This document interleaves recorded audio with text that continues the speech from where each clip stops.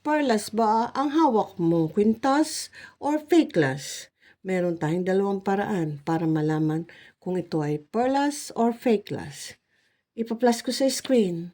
Ang una ay ang tinatawag na daran tooth test. Pasok. Pasok, Panga. Ayan si Panga. Ngayon, ang gagawin ni Panga ay, to. Igagadgad mo. Ito, papakita ko sa inyo. Kukuha ko na maliit.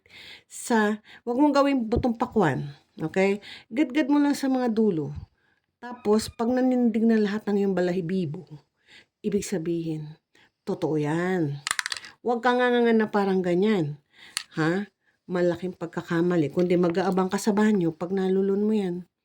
Ngayon, nakita mo, totoo to. Nanindig ang balahibo mo. Totoo, di ba? Ngayon, sasabihin mo, ay ate, bakit yung akin totoo pero hindi nanindig ang balahibo ko?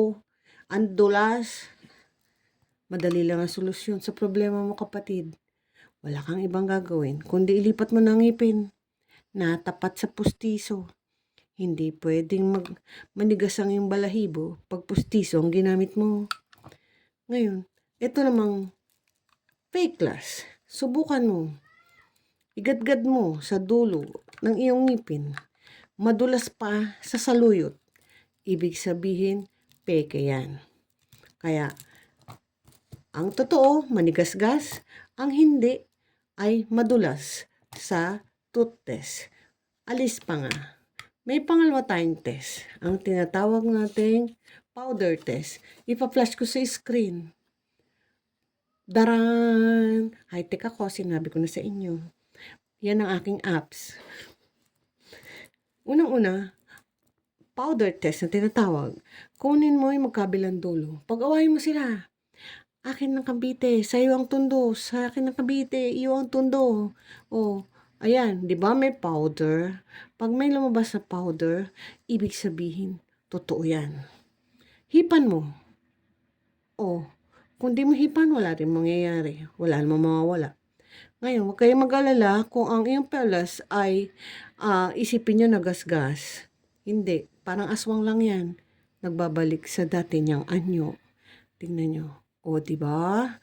Makinang ulit siya. Hindi katulad nitong peke. Kunin mo magkabilang dulo. O kahit yung magkatabi, madali akong kausap. Pag-away mo sila, madulas, diba? Ibig sabihin, naging friendship sila. Hindi sila nag-away. Naging magkaibigan na sila. Sana lahat ng tao katulad na isang fakeless. Hindi nag-aaway. Kung hindi, nagiging close pa sa isa't isa. Salamat. Isa na namang makabuluhan at madamdaming